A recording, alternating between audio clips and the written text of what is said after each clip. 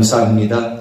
새벽마다 주의 말씀으로 인치되 저희들을 교훈하시고 바른 길로 인도하신 하나님께 감사를 드립니다.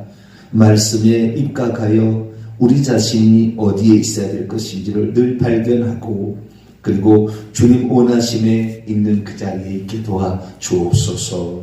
이 시간도 주의 말씀을 듣기를 원합니다. 하나님 말씀하여 주옵소서.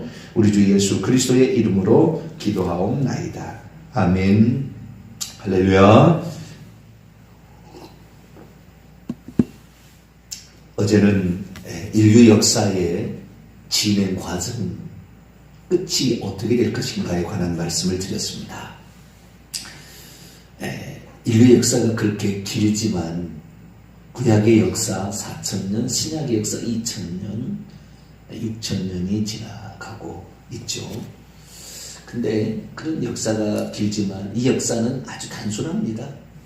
하나님의 역사의 어떤 경륜을 보게 된다면 주님은 진즉 오셨어야 돼요.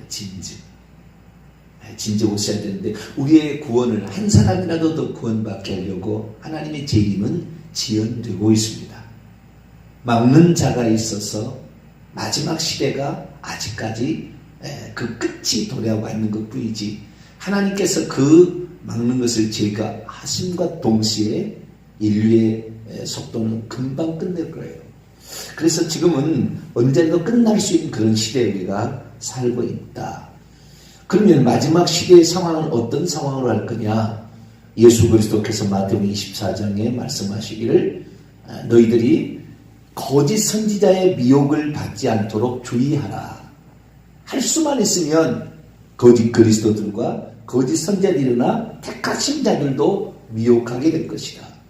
그래서 또한 요한계시록 13장에 보면은 바다에서 올라온 짐승으로 대별된 이 다니엘서 2장에 나와 있는 금신상의 마지막 10발가락 시대, 거기에서 10뿔 가운데에서 한 작은 뿔이 올라오는데 그 작은 뿔이 결국에 로마 교황청 그리스도인들을 잡아 죽이는 한 8천만 명을 죽였던 그들이다. 그런데 그 세대로 끝나는 것이 아니라 그 세력이 일어남과 동시에 거짓 선지자, 땅에서 올라오는 어린 양 같은 두 뿔 가진 어린 양이 있는데 이 어린 양처럼 생긴 이 존재가 거짓 선지자인데 결국에 사탄의 일을 한다. 많은 그리스도인들을 우상숭배케 해서 결국에 지옥에 끌고 가는 것이다. 그래서 거짓 선지자들의 미혹을 삼가라. 이것이 마지막 시대에 우리가 주의해야 될 일인데 그럼 거짓 선지자가 누구냐? 오늘날의 결국에 거짓 선지자는 교회 안에 있는 거예요. 요한계시록 2장 3장에 보면은 이세벨 이런 여자들이죠. 우상숭배에도 그것은 우상숭배가 되지 않는다라고 얘기함으로 말미암아 결국에 우상숭배에서 지옥에 떨어지게 만드는 그들의 가르침이 교회의 교사인 것입니다. 교회 교사들이 그렇게 가르치지만 그 가르침을 듣고 따라가다 보면 결국에 회개하지 않아도 천국 가는 것이고 우상숭배에도 천국 간다라는 말로 귀감이 되는 것입니다. 그래서 우리는 이 여자 이세벨 같은 경우 또는 니골라당 같은 경우 발람 같은 경우 이런 거짓 선자들 거짓 교사들에 의한 미혹을 조심해야 된다. 유다서나 베드로후서도 거짓 교사들에 대한 경고가 상당히 강력하게 이렇게 나와 있습니다. 그래서 우리는 이 거짓된 가르침을 따라가지 않는 것이 마지막에 중요한데 종교개혁의 실행으로 말미암아 우리에게 참다운 믿음의 길이 구원의 길이 제시된 줄 알았더니 500년이 지난 지금 와서 돌아보게 되면 우리가 잘못 알게 되었던 그러니까 종교개혁자들은 바르게 했으나 그 종교개혁자들의 전통을 이어받은 다음의 세대들이 그 얘기를 듣고 편하게 쉽게 구원을 받을 수 있는 길들로서 교리화되고 조직화되다 보니까 결국에 오늘날의 우리들은 잘못된 이러한 교리화된 사상들, 교리들을 가르침들을 교회가 지금 따르고 있는 것이죠. 그래서 마지막 때 가장 위험한 것은 성경대로 가르치지 않는 가르침에 자기가 안주하는 거예요. 그렇게 목사들도 가르치고요. 그것이 바로 오늘날의 가장 큰 문제점입니다. 그러니까 만약에 이런 경고를 일평생 한 번도 듣지 못한다고 한다면 많은 사람들이 나는 예수 그리스도를 내 마음속에 영접했어. 예수님 내 마음속에 계시고 예수님 떠나지 않는다고 했지. 하나님의 사랑이 어떻게 나를 끊을 수가 있겠어? 하나님이 나를 끊을 수가 없다고 했지. 한번 의롭다 얻게 되면은 영화롭게 되는 단계까지 하나님께서 다 이끄신다고 했으니까 나의 구원은 틀림없어 라고 착각하는 거죠. 이제 그래서 우리 이제 그 종교개혁 후손들이 만들어낸 거짓된 가르침이라고 할까요? 전체는 아닌데 그 내용을 들어보면 결국에 우리를 구원으로 들어가지 못하게 하는 가르침들이 수두룩하게 된 거죠. 그 내용을 제가 좀 이렇게 정리를 해보니까 한 8가지 되는 것 같아요. 8가지. 오늘 아웃라인만 우선 얘기하고 한 가지만 얘기하겠습니다. 첫째, 이런 겁니다. 이런 게 지금 속이는 거예요. 이런 것들이 진리가 아닙니다. 절반도 아니에요. 조금은 만든 것 같으나 거의 틀린 거예요. 첫째, 예수만 믿으면 내가 어떻게 살든지 상관없이 구원받는다. 지금 틀린 걸 얘기하는 거예요. 이런 가르침들이 교회에 팽배해 있어요. 예수만 믿으면 내가 어떻게 살든지 상관없이 구원받을 수 있다. 이게 첫 번째 거짓된 가르침이고, 두 번째, 한 번 얻은 구원은 결코 잃어버리지 않는다. 한 번 얻은 구원은 결코 잃어버리지 않는다. 세 번째, 십계명은 십자가에서 이미 구약의 율법이라 폐해졌기 때문에 더 이상 계명을 지키지 않아도 구원과는 아무런 상관이 없다. 십계명 안 지켜도 구원받는 데는 전혀 지장이 없다. 이렇게 하는 거예요.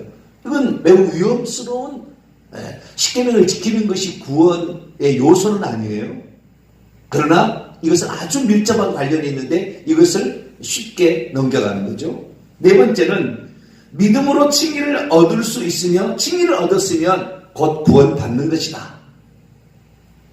믿음으로 칭의를 얻을 수 있으며 칭의를 얻었으면 이제 구원받는 것이다 라고 생각하는 거예요. 에스컬레이터는 되는 건 아닌데 이렇게 믿는 거죠. 다섯 번째는 하나님은 만세전에 천국 갈 자와 지옥 갈 자를 이미 정해놓으셨다. 그래서 내가 지금 예수 믿는 것은 하나님께서 만세전에 구원받을 자고 정해놓은 것이 확인되어진 것이다. 이렇게 생각하는 거예요. 여섯 번째, 예수님을 믿어도 뭔가 더 있어야 구원 얻는다. 이 뭔가는 이런 거예요. 예를 들어서 베리칩을 받지 말아야 구원 얻는다. 예수 믿고도 베리칩 받으면 지옥 간다. 예수님 믿어도 안식일을 지켜야 구원을 받는다. 예수 그리스도를 믿어서 구원을 받는 건 맞지만 마리아를 통하여 가야만이 구원을 받는다. 이런 것들이 바로 속이는 거예요. 그래, 예수님 플러스 알파 이렇게 얘기하는 거예요. 이것도 잘못된 거예요. 일곱 번째, 행함이 없는 믿음은 죽은 믿음이라고 주장하는 자들은 행위구원론자들이다. 행함이 없는 믿음은 죽은 믿음이라고 주장하는 자들은 행위구원론자들이기 때문에 저들의 말을 들을 필요가 없다. 마지막 여덟 번째, 회개 없이도 예수만 믿으면 구원받는다. 회개 없이도 예수만 믿으면 구원받는다. 이런 8가지 정도로 요약해 볼 수가 있어요. 이런 것들이 교회 내에 지금 팽배해 있습니다. 다 걸려 있어요. 그 중에서 오늘은 첫 번째 것만 얘기를 해보죠. 예수만 믿으면 내가 어떻게 살든지 상관없이 구원받는다. 왜 이렇게 얘기를 했냐면 나의 구원은 예수님이 주신다. 그런데 예수님이 우리를 위해서 이룬 속죄는 완전하기 때문에 내가 예수 그리스도를 믿는다면 예수님의 완전한 속죄로 나는 당연히 구원받을 것이다 라고 생각하는 거죠. 착각한 거예요. 예수님의 속죄는 완전합니다. 온 인류를 구원하기도 충분합니다. 그러나 그 구원이 예수 그리스도께서 이루어놓은 그 구원이 내게 적용이 되려면 예수 그리스도께서 우리에게 주신 그 믿음을 내가 가지고 있는지 확인되어져야 돼요. 확인되어져야 됩니다. 그 믿음을 가지고 있는데도 불구하고 그 믿음이 가지고 있다는 것이 확인되어지지 않는 모든 사람들은 결국에 버림당합니다. 자, 마태복음 7장을 한번 열어볼까요? 주님을 믿는다고 다 천국 가는 게 아니라 그 말이에요. 우리는 예수님의 말씀을 주목해야 돼요. 예수님은 그렇게 얘기하지 않았습니다. 믿음으로 구원을 받는 것은 맞지만 믿음만으로 구원 받는다는 것이 착각한 거예요. 자, 마태복음 7장 21절을 볼까요?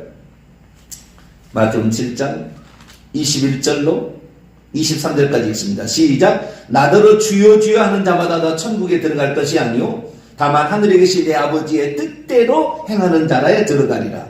그날이 많은 사람이 나들의 심판날입니다. 주여 주여 우리가 주의 이름으로 선지자를 예언하고 주의 이름으로 귀신을 쫓아내며 주의 이름으로 많은 권능을 행하지 아니하였나이까 하리니 그때 내가 그들에게 밝히 말하되 내가 너희를 도무지 알지 못하니 불법을 행하는 자들아 내게서 떠나가라 하리라. 주님의 이름으로요 귀신 쫓아내고요 예언하고요 능력 행하는 것은 보통 기도에서 될 일이 아닙니다. 대단한 사람들이에요, 이 사람들. 그러나 이런 사람들이 불법을 행했을 때는 결국에 안 된다. 그러니까 어떤 과정을 거치는 거예요. 그래서 예수만 믿으면 어떻게 사는지 구원을 받는다. 예수만 믿고 있으면 내가 간음죄를 혹시 저질러도 나는 천국 갈 것이다. 반드시 지옥 갈 겁니다. 그 사람. 내가 예수 그리스도를 믿어도 믿고만 있으면 거짓말해도 천국 갈 거다. 반드시 지옥 가요. 요한계시록 21장 8절에 반드시 지옥 간다고 되어 있어요. 내가 예수 그리스도를 믿고 있는데 혹시 우상 숭배해도 괜찮지 않을까? 어찌 살든지 우상 숭배한다 할지라도 괜찮을까? 이 사람도 반드시 지옥 갈 겁니다. 우리 주님이 요한계시록 21장 8절에 우상 숭배하는 자들은 불과 용으로 타는 못에 던져진다 얘기를 했어요. 그래서 우리가 예수 그리스도를 믿음으로 구원 얻는 것은 맞습니다. 예수 그리스도를 통하지 않고 구원 얻는 방법은 없습니다. 인간의 행위로 구원을 받을 수 있는 건 없어요. 인간의 행위가 하나님 앞에 의롭다함을 절대 줄 수 없기 때문에 우리는 예수 그리스도의 칭의를 받아야 돼요. 근데 문제는 뭐냐? 예수 그리스도를 믿음으로 구원을 받는 것은 맞지만 믿음만 있으면 모든 것이 만사오케는 아니에요. 믿음에 따른 그 열매로 그 사람을 알리라. 오늘 마태복음 10장 그 열매 때문에 이 얘기가 나온 거거든요. 열매로 그들을 알리라. 이렇게 얘기하고 있기 때문에 그 사람이 믿음이 있는 것에 믿음을 갖기 시작해서 그 사람이 죽을 때에 그 믿음이 진짜 믿음대로 살았느냐를 하나님이 확인해 봤을 때 그 하나님의 말씀에 대한 순종과 행위의 열매들이 그가 믿는 자답지 않는 모습만 있었다고 한다면 그 사람은 결국에 버림을 받고 구원을 받지 못하는 것이죠.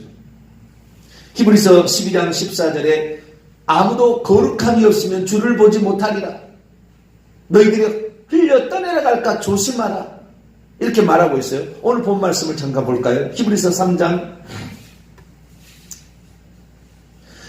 이 대표적인 비유가 이스라엘 민족인 거예요. 이스라엘 민족. 이스라엘 민족이 대표적인 비유인데요. 이 애굽에서 빠져나올 때 애굽에서 빠져나오면 전적인 하나님의 은혜잖아요. 그죠? 유월절을 통과해서 초자연적인 역사로 이 홍해를 건너기까지는 완전한 하나님의 초자연적인 역사로 그분이 다 해주신 거예요. 단지 그분이 해준 것에 우리는 응답만 하고 있을 뿐이죠. 그러나 이스라엘 민족을 바로 홍해를 건너서 가나안 땅으로 들여보낸 것이 아니라 광야 40년 동안 광야의 길을 걷게 한 것은 과연 그들이 내 말씀으로 사는지 안 사는지 확인해 보겠다. 내가 그들에게 준 1차적 구원을 받은 자답게 사는지 안 사는지. 나는 애굽으로 돌아가겠다. 다 죽여버린 거예요. 나는 예수 그리스도를 믿지만 애굽이 더 좋더라. 세상이 더 좋더라. 다 죽여서 지옥 가는 것이지 그 사람 천국 가는 게 아니에요. 그래서 광야라는 과정을 통과해야 돼요. 광야에 없이 천국 가지 않아요. 우리는 이 세상의 교회 생활을 통하여 광야를 경험하게 될 텐데 이 광야에서 결국에 엎드려져 죽은 모든 사람들이 안식에 들어가지 못했다. 이 비유를 지금 얘기를 하는 거예요. 누가 그랬느냐? 하나님을 시험하고 안구하며 다시 송아지 우상을 만들고 우상 숭배하고 막 그런 거 있잖아요. 음행을 저지르고 이런 모든 일들은 하나님이 그들에게 베푼 구원을 중요하게 여기지 아니하고 애굽 사람들이 애굽에 있을 때 섬겼던 모든 죄악들을 다시 범죄를 계속한다면 광야에서 엎드려져 죽을 것이라는 거예요. 자, 11절 12절 먼저 읽어볼까요? 시작. 내가 노하여 맹세한 바와 같이 그들은 내 안식에 들어오지 못하리라 하였다 했느니라. 형제들아 너희는 삼가 혹 너희 중에 누가 믿지 아니하는 악한 마음을 품고 살아계신 하나님에게서 떨어질까 조심하. 하나님이 당신 진짜 우리를 인도했어? 근데 왜 이렇게 힘들어 우리? 당신 없는 거 아니야? 하면서 하나님이 분명히 그들을 구원하는 유월절의 역사와 홍해 도강의 역사를 보았음에도 불구하고 그의 마음 중에 항상 의심하고 믿지 아니하는 마음을 가졌던 자들이 결국에 하나님께 완고한 마음을 품고 불신앙적인 삶을 살다 광야에 엎드려 죽었다는 거예요. 16절부터 보겠습니다. 듣고 경노하게 하시던 자가 누구냐? 모세를 따라 애굽에서 나온 모든 사람들, 출애굽 1세대들인데 또 하나님이 40년 동안 누구에게 노하셨느냐? 그들의 시체가 광야에서 엎드려진 범죄한 자들에게가 아니냐. 또 하나님이 누구에게 맹세하사 그의 안식에 들어오지 못하려 했느냐? 곧 순종하지 아니하던 자들에게가 아니냐. 하나님의 말씀을 결국에 예수 그리스도를 믿어서 1차적인 구원을 받았어도 광야에 나와서 순종하지 아니하는 자들, 하나님의 말씀대로 살지 않는 모든 자들은 결국에 구원에 합당치 않다고 해서 광야에 엎드려 다 죽였다는 거예요. 4장 1절이 결론입니다. 시작. 그러므로 우리는 두려워할지니, 우리가 지금 두려워할지니 그의 안식에 들어갈 약속이 남아있어. 그렇죠. 우리가 죽을 때 천국에 들어갈 거니까. 그런데 너희 중에 혹 이르지 못할 자가 있을까 함이라. 이르지 못할 자가 있을까 함이라. 우리가 예수 그리스도를 믿고 1차적 구원을 받았어요. 그래서 우리가 이제 천국에 들어가야 되는데 예수 그리스도께서 어떠한 희생과 공로로 우리를 구원했는지를 안다면 다시 범죄할 수 없어요. 하나님께 불신앙적인 의심의 요소, 불신앙적인 삶을 살아가요. 만약 그 삶을 회개해야 되겠죠. 그러나 그런 삶이 계속 지속되고 있다고 한다면, 우리나라로 배운다면은 예수 그리스도를 믿고 있으니까 내가 신사참배해도 나는 천국 갈 거야. 나 예수 그리스도를 믿고 있으니까, 나 주일날 교회 나오고 있으니까 내가 좀 음행하고 있어도 나는, 나쁜 거 보고 있어도 나는 천국 갈 거야. 천만의 만만의 공덕입니다. 반드시 지옥 갈 겁니다. 그 사람. 주님은 만홀히 여기지 않아요. 가장 좋은 비유가 하나 있는데요. 좋은 비유를 하나 들고 오늘 얘기를 마치도록 하겠습니다. 예수만 믿으면 어떻게 살든지 상관없이 구원받는다가 틀렸다는 거. 9절을 먼저 읽고 제가 마치겠습니다. 요한계시록 19장. 가장 좋은 비유예요. 제가 이게 잘 안 하던 이야기인데요. 제가 이거 하고 마치도록 하겠습니다. 요한계시록 19장 7절 8절입니다. 요한계시록 19장 7절 8절 읽습니다. 시작. 우리가 즐거워하고 크게 기뻐하며 그에게 영광을 돌리세. 어린 양의 혼인 기약이 이르렀고 그의 아내가 자신을 준비하였으므로 그녀에게 빛나고 깨끗한 세마포 옷을 입도록 허락하셨으니 이 세마포 옷은 성도들의 옳은 행실이로다 하더라. 우리 그리스도인들은 뭐라고 표현할 수 있냐면 약혼한 자들이라고 표현할 수 있어요. 정혼한 자들입니다. 예수 그리스도를 믿음으로 정혼했어요. 이 약혼은 법적인 효력은 동일합니다. 부인이에요. 만약에 내가 다른 남자를 품게 된다, 이 약혼 이후에 다른 남자를 품게 된다고 한다면 나는 틀림없이 가늠녀고, 가늠녀는 성경에서 사형, 죽이라, 돌로 쳐 죽이라고 했습니다. 우리는 이미 예수님과 약혼한 자들이라고 보여집니다. 그리스도인들은. 이것은 법적인 효력이 있어서 우리를 더럽히지 아니하고 순전히 예수 그리스도만 나의 신랑으로 바라보고 예수 그리스도의 재림은 결혼식이라고 비유로 표현이 되는 거예요. 결혼식이 남아있어요. 우리는 약혼은 했습니다. 결혼식이 남아있는데 여기서 다른 남자를 품어서 우상을 숭배하고 만약에 다른 곳으로 간다면, 음행을 저지르게 된다고 한다면 이 사람은 결혼식 할 수 없어요. 주님께서 어떤 자들을 이 혼인잔치에서, 그러니까 예수 재림하실 때 천국에 들어가는, 내가 죽어서 천국에 들어가는 것이 혼인잔치에 들어가는 건데, 처음에 우리가 예수 그리스도를 믿을 때는 예수님이 의의 옷을 우리에게 입혀줍니다. 그러나 그 옷을 더럽힘으로 말미암아 회개해서 이것을 빨든지 아니면 빛나고 깨끗한 세마포 옷을 만들어 가야 돼. 이것은 성도들의 옳은 행실이라고 그랬어. 거기에 합당한 삶이 있어야 된다는 거예요. 만약 이게 없으면 주님이 재림하실 때에 우리가 혼인잔치에 들어가는데 이때 혼인잔치에 버림을 당하는 거예요. 꼭 열처녀 준비된 처녀들은 다 이 열처녀에 있는데 열처녀 가운데 5처녀는 버림당하잖아요. 슬기로운 처녀만 성령 충만해서 여분의 기름을 가지고 있는 자. 그러나 이 땅에서 자기의 어떤 값을 치러서 어떤 자신의 성령 충만을 거룩함을 유지하기 위해서 몸부림쳤던 여자들만 들어가잖아요. 그래서 이 혼인잔치에 배우면 돼요. 우리는 예수 그리스도를 믿으면 어떤 사람들입니까? 약혼한 사람들이야. 그리스도와 법적인 효력은 똑같습니다. 이 정도 있으면 반드시 천국 갈 수 있어요. 그런데 만약 여기에서 바람을 피우게 된다고 한다면, 그리스도 위에 다른 것을 추구하게 되고 내 자기 몸을 더럽히게 된다고 한다면 결국에 버림받을 수밖에 없다. 이것이 바로 성경이 우리에게 가르쳐준 가장 중요한 모습입니다. 그래서 우리는 그 합당한 행실이 없을 때, 하나님 말씀에 순종이 없을 때 광야에서 엎드려질 수밖에 없다. 광야에 엎드려 죽은 모든 사람들은 결국에 버림당해서 그들이 죽임당하는 것입니다. 한 구절만 더 읽도록 마치죠. 민수기 32장 결론입니다. 민수기 32장. 그 광야에서 엎드러진 사람 다 지옥 간 거예요. 천국 간 게 아닙니다. 1차적 구원을 받았으나 광야에 엎드러진 출애굽 1세대들의 99%를 지옥 갔습니다. 민수기 32장 13절 15절까지 봅니다. 민수기 32장 13절에서 15절. 여호와께서 이스라엘에게 진노하사 그들에게 40년 동안 광야에 방황하게 하셨으므로 여호와의 목전에 악을 행한 그 세대가 마침내 다 끊어졌느니라. 보라, 너희는 이 출애굽 2세대가 한 얘기예요. 너희의 조상의 뒤를 이어 일어난 죄인의 무리로서 이스라엘 향하신 여호와의 노를 더욱 심하게 하는도다. 너희가 만일 돌이켜 여호와를 떠나면 여호와께서도 다시 이 백성을 광야에 버리시리니 그러면 너희가 이 모든 백성을 멸망시키리라.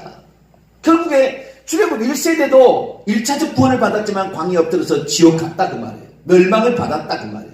너희들 출애굽 2세대도 만약에 그 전체를 밟게 된다고 한다면 너희들도 멸망을 받는다라고 말하고 있으니, 우리가 예수 그리스도를 믿어서 1차적 구원을 받았다고 해서 이 약혼이 절대적인 결혼으로 이어지질 않는다. 결혼에 합당한 자로서 우리 자신을 만들어가 날마다 회개하고 하나님 말씀에 순종하며 하나님 말씀에 잘못된 거 있으면 회개하고 고쳐서 거룩함을 보여야 된다. 이것이 우리의 바른 길이다. 이것입니다. 기도하겠습니다. 거룩하신 하나님, 오늘날 종교계 위에 거짓된 가르침이 교회에 가득 차서 예수만 믿으면 내가 어떻게 살아도 구원을 받는다. 나는 예수 믿습니다. 나는 예수 영접했습니다. 그러면 구원받는 것처럼 착각하는 어리석은 자들이 많은데, 우리가 구원받기에 합당한 자로 지금 살고 있는지를 늘 확인하여 잘못한 것을 회개하고 고치고 거룩한 모습으로, 깨끗한 모습으로 주님 앞에 정절을 지키는 처녀로서 신부로서 서게 도와주옵소서. 우리 주 예수 그리스도의 이름으로 기도하옵나이다. 아멘. 하늘에 계신 우리 아버지, 아버지의 이름을 거룩하게 하시며 아버지의 나라가 오게 하시며 아버지 뜻이 하늘에서 같이 이 땅에서 이루어지게 하소서. 오늘 우리에게 일용할 양식을 주시고 우리가 우리에게 잘못한 사람을 용서해 준 것 같이 우리 죄를 용서해 주시고 우리를 시험에 빠지지 않게 하시고 악에서 구하소서. 나라와 권능과 영광이 영원히 아버지 것입니다. 아멘.